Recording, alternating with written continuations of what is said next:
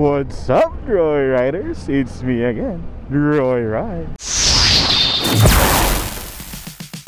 Alright, first ride with my new bike, guys. Yabang. So ano nga ba itong motor ko? Well, this is a 700 MT ng CF Moto. Medyo naninibago pa ako, no? Kasi oops, yun lang. Tingin side mirror, boss. Alam nyo naman, guys, galing tayo sa scooter, no? Kaya ang laking adjustment ng ginagawa ko. Unang-una, mabigat yung motor. Kung 450 MT to, okay lang sana kasi magaan lang yun eh. Pero ito kasi mabigat-bigat to eh. Nasa 240 kilos ang wet weight nito, no? Pero kaya naman, guys. Actually, pagka-release nga nitong motor na to, traffic agad ang bumungad sa akin eh, sa Quezon Ave eh. Nabili ko tong motor, guys, sa Custom Culture dyan sa may Quezon City, sa may Tomas Morato, no? Grabe, nung paakit na kami nung papunta na kami ng Skyway, ayun, sobrang traffic. At ito yung clip na yun. Napasabak agad sa traffic si Roy Ride TV. Naka-vlog ka ba? Ngayon lang, kaka-on ko lang. Ito ni Mixie. Alam ng bago eh. Ang ina naman, ang traffic naman dito. Gusto mo yan, di ba? Ito mga to, singit na singit eh. Alam ng bago eh. Sige sa Skyway ah. Okay. Ay, masikip. Hindi makasingit eh. Hinibago ko eh. Diba? Grabe traffic, no? So maraming salamat sa Custom Culture. Guys, sobrang solid ng mga tao dun. Kaya kung bibili kayo ng mga motor, for example, BSA or Kimco, meron din sila. CF Moto, yan. Solid dyan sa Custom Culture. Mura pa. I mean, kasi pag cash mo binili yung motor, free na yung registration, no, sa LTO. So, ang pangalawa na adjustment natin sa motor na to, bukod sa weight, ay syempre declutch, guys. Sanay tayo sa scooter lang. Alam nyo naman, ang scooter piga lang ng piga ng silinyador, tapos preno lang. Ito may clutch.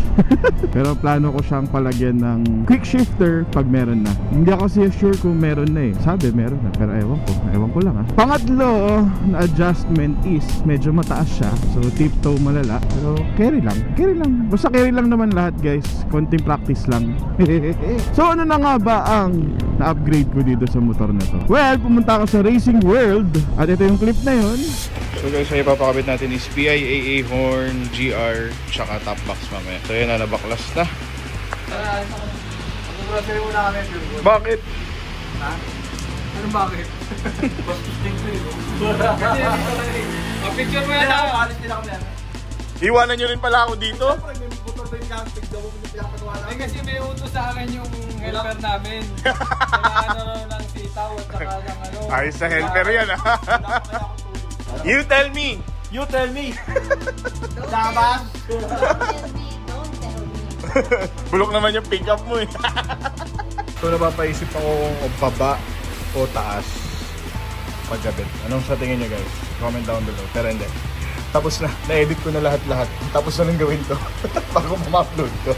So, yeah, dito tayo sa baba. Baba na lang, sir? Baba na lang. So, nagpapalit ako ng busina. At the same time, nagpalagay ako ng auxiliary light. At the same time, top box, no? Diyan sa Racing World, guys, okay din dyan. Sa may south area, no? Hindi ko alam kung Cavite na siya eh. Pero, basta somewhere dun. Paglabas mo MCX, diretso. Tapos, paglagpas mo ng Crossing Cafe kanan. Sinunod ko lang kasi yung ways eh. Auxiliary light ko is GR 4X at PIAA horn, tapos smoke na top box. Ganun din naman yung mga pinakabit ko noon sa Exciting. Same lang, naiba lang yung brand nung top box.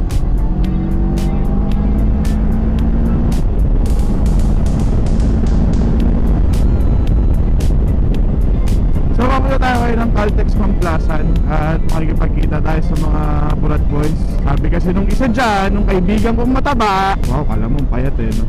Alas 4 daw siya aalis ng bahay. Alas 4, tinatawagan ko pero tulog pa. Lintik yan. Di pa sumasagot hanggang ngayon. Shoutout sa'yo, Kuya Tim. Nagtatanong tuloy si Ann, bakit ang aga-aga ko umalis? Talagang kaibigan ko mataba eh. So hindi ko pa siya ma-review ng maayos kasi hindi ko pa naman siya totally nara-ride. Ngayon pa lang, guys. So titignan natin kung makakapag-review ba tayo ng maayos.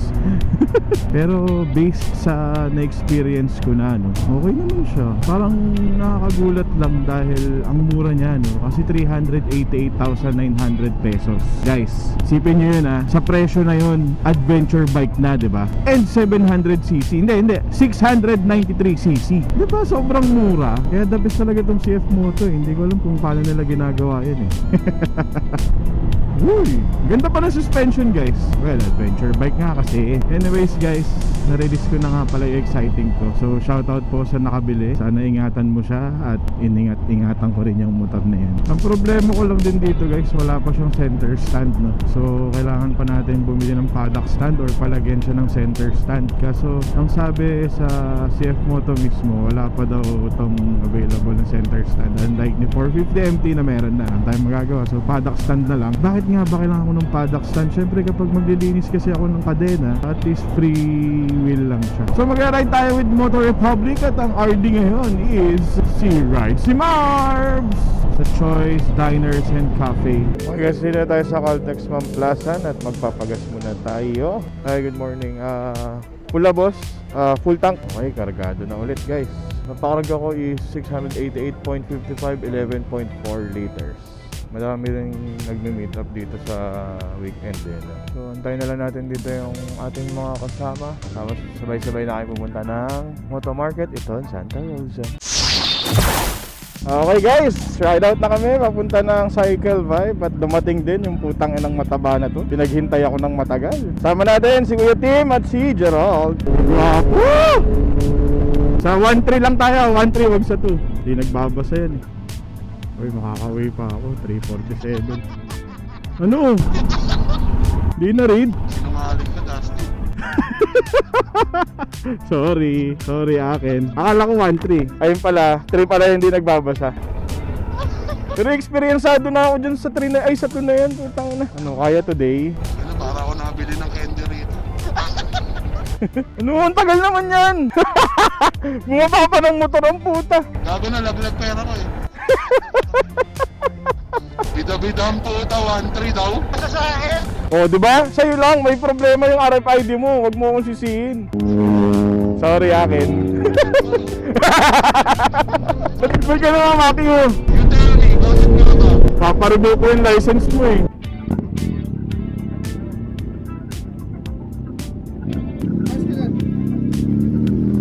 Ang ino. Nakaon yung camera. Good ko sige. Ay, tangina, di mo uno ang puta, nakakamata yan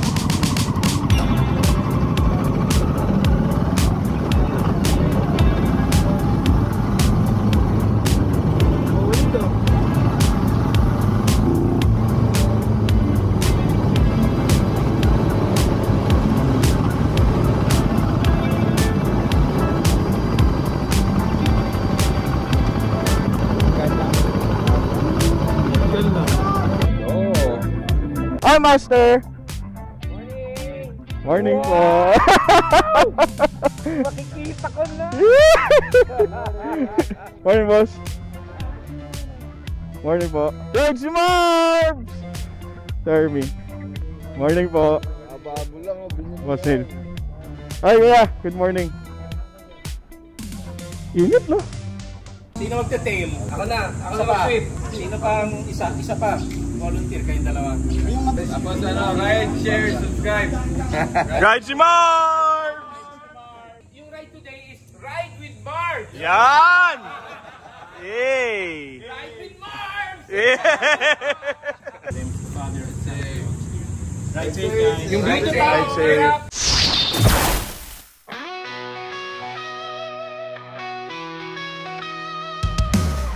Right sa daan ay laging handa. Sa kanyang motor, hangin ang kasama sa vlog.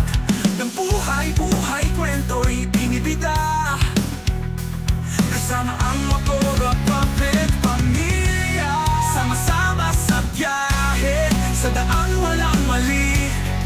Si Troy Ride at Motor Republic, laging happy sa bawat liko, sa bawat karera. Tuloy ang kwento, sa YouTube ay bida. Mga kalsada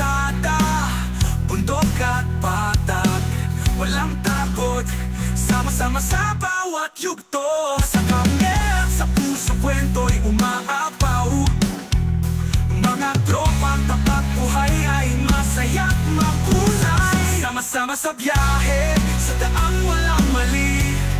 Si Troy Ryan at Motor Republic, laging happy sa bawat liko, sa bawat karera.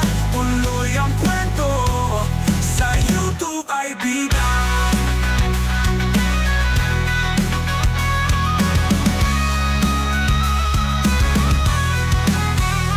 Kahit saan makarating, sa araw o ulan, Troy Ride TV, laging may kasiyahan.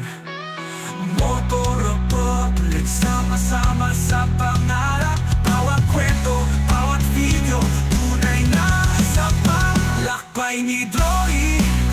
Walang katulad, kasama ang tropa sa vlog ay laging sulit. Troy Ride TV, sa daan may nagwaki, kasama ang Motor Republic, sa puso isip lagi. YouTube ay bida, bida.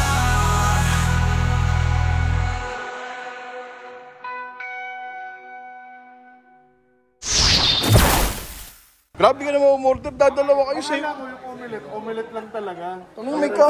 May rice pala. Grabe ka naman, Mix. Ganyan ka ba kagutom? Ginamix pang isang linggo yan ah.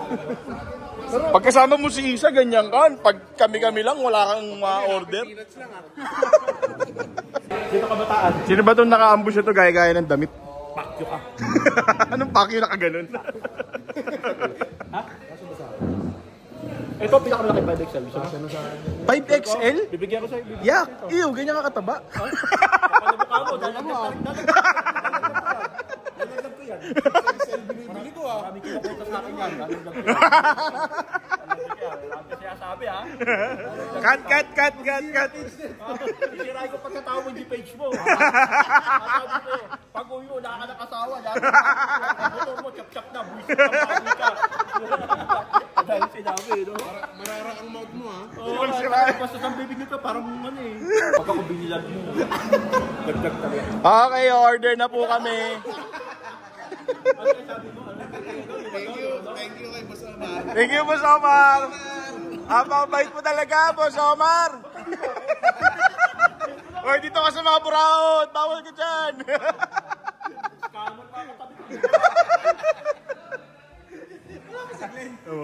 Len, bigyan mo na siya sa sikat ka. Kawawa.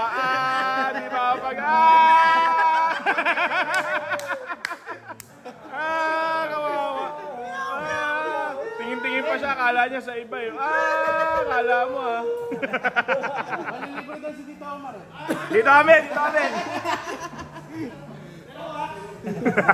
you. Fuck you. Ay, sabi ko, order ako. Tagal mo kasi yung order. Saka na kami sa Omar eh. Pa-order eh. Isang ano, ang tosino. Kasi na nga din. Wala na iba eh. May tapsilog ba? Tapsilog? Bigyan kitang tapa, meron kami doon. Watataw, sino with 2 eggs and salad. Magkano to? Magkano to? Yung tosino. Tangina mo. Tarantado ka talaga. Parang sarap po. Ano to? Tapa, no? Shit. Dinosaur. Tangina demonyo. Cap, thank you. Happy birthday. Happy birthday, Cap. Rides ni Marv. Akala ko pakain mo eh. Ha? Pakain mo to. Bago motor mo eh. Birthday mo eh. Daming pagkain, tangina. Ang sarap pala kasama sa lamesa ni Boss Omar. Taka ano ko lechon? Kasama sa table ko lechon. Basta sa bibig ko pupunta mo ng pakyo ka. You tell me! Bakit nga ba pakyo ka? Ano yan? Di ba? Okay guys, so uwi na kami. At ito, nakikita nyo, medyo nagkaroon na ng problema isang motor. Kaya medyo na-stock up kami dito, no? Pero anyways, Choice Diner and Cafe. Napaka-solid guys na restaurant. At napakasarap. Ang ganda sa loob, ang linis. Ultimo yung mga CR nila guys. Napakalinis. May garden pa sa likod. So yung salad nila na ino-offer dito is fresh na fresh talaga. Dahil yung mismong lettuce is sa likod lang neto kinukuha. Dahil yung pinaka-caretaker ng lugar, merong taniman sa likod. Kaya fresh na fresh. Anyways, itong restaurant na to binuo ni ma'am para sa kanyang late husband. Napakalinis, napakaaliwalas. Choice Diner and Cafe. Punta lang kayo dito guys kung kayo mga nagmumotor. Kayang i-accommodate ng place na to 300 packs. Ganun karami, ganun kalaki yung restaurant. 300 packs, wow. Pwede rin siya sa mga events guys. So yeah, the best. So kamusta naman po kayo dyan? Okay naman po ba kayo? Sana nag-enjoy po kayo. Kain po kayo ulit. Wag mo na. Oh, get up.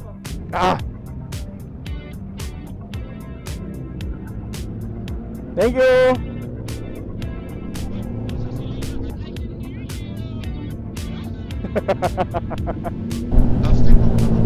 Bakit?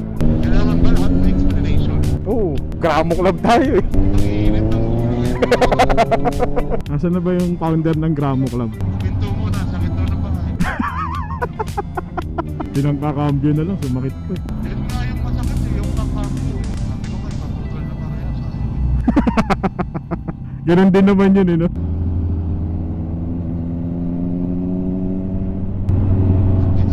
Sabi ko na mauna ka eh. Ay, ba rin ramo ko? Bakal mo eh. Huminto sila eh. Kamusta kaya to si Cap? Okay lang kaya to?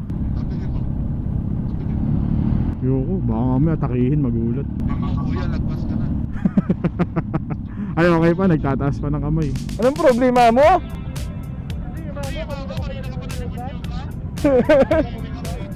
Fuck you oh. Dito lang ako, hindi ako abante. Hindi ka siya kuya team. Tara sa loob, kasi mainit eh, di ba? Parang nabingay ko. Tawa, tanggalin. Bakit? Naingi kasi ni kuya team eh, no? Okay guys, larga na. Mapapalo na tayo. Bye-bye! Saka! Okay guys, uwi na. Well, ano nga bang masasabi natin sa motor na to? After, ano ba masasabi ko? Short ride o long ride? Hindi ako sure eh. Basta sa akin kasi short ride lang siya eh. Okay naman siya guys. Wala naman akong naramdamang pagod. Pero medyo nakakangalay lang pag traffic. Alam niyo naman ang Tagaytay pag weekend, no? In terms of weight, mabigat siya, yes. Pero kapag umaandar naman, di mo naman mararamdaman yung bigat eh. Ang reklamo ko lang talaga is kailangan ko talaga ng quick shifter para wala ng clutch, no? Kung i-compare natin siya sa 450 MT, pareho silang adventure bike pero different purpose. 450 MT is masayang gamitin kasi panlaro. Pang off-road, yun ang literal na adventure bike. Ito naman is adventure touring guys. So pang mga long ride to. Kaya relax din siya, no? Huwag lang talaga mata-traffic. Kasi para sa height ko na 5'5" guys, medyo nahihirapan ako. Pero kaya, kinakaya. I mean, wala naman akong choice eh. Ito lang naman yung motor ko eh. Sabi ko na eh. Yung mag-asawa. Bye-bye! Sige, Dodo tsaka si Ate Sai. Guys, ang tangke na ito 20 liters. Napakalaking tangke. Sulit na sulit siya talaga pang long ride. Matagal ka bago magkarga ng gasolina. May konting vibration lang din ako nararamdaman dito sa manibela, no? Pero minimal lang. Hindi siya katulad nung sa 450 MT na talagang malakas. Well, masasabi ko sa motor na to guys, sobrang sulit. Bakit ko nasabing sobrang sulit? Well, ikaw pa naman bumili ka ng adventure bike na 700cc. Wait, 693cc to be exact. Tapos 388,900 lang. May crash guard na, may side panniers bracket na, meron na ring top box bracket. Guys, pag binili niyo yan ng separate, ang crash guard pa lang is maabot na ng 8,000 to 12,000 plus yung side pannier bracket pa, nasa same price siguro. Plus yung top box bracket pa, magkano rin yun, diba? Yung mga 4,000, 3,000, ganyan. So, isipin mo yun, so natipid mo na yun. Kasi yung 450 MT, wala pang ganun, diba? Gusto mo maglaro sa bundok, mag-trail, 450 MT yung para sa'yo. Pero kung gusto mo naman ng mga long ride, edi 700 MT. Magkano lang naman yung presyo eh. Magkano yung difference? Nasa 60,000 guys. Para sa mga nangangarap magkaroon ng adventure bike na hindi ganun kamahal at medyo tight sa budget, baka ito ang para sa'yo. Well, ang masasabi ko lang dito na medyo hindi naman magagamit is yung itong heated grips tsaka yung heated seat. Well, maganda siyang feature, oo, pero dito sa atin kasi sa Pilipinas, lalo sa Metro Manila, dito ka lang somewhere sa south or north, mainit, diba? Tulad niya, napakainit ngayon, so hindi mo siya magagamit. Pero kapag maulan na ride, pwede naman. Sana sa cruise control na lang siya nilagay, no? So yun na nga, na traffic na nga. Ay nako, kasalanan na naman to ng bikutan. Ang traffic! Nasa ilalim tayo ng skyway, pero ay init pa rin talaga. Anyways guys, C5 na. Guys, hanggang dito na lang. Maraming salamat po sa inyong lahat sa pagpapanood nitong aking video. Sana nag-enjoy kayo at sana bumili na rin kayo ng 700 FT nyo. Guys, sa Custom Culture, murang-mura. So yun lang, hanggang dito na lang. Hanggang sa muli, Choice Diner and Cafe, Moto Republic, Joyride TV. Woo!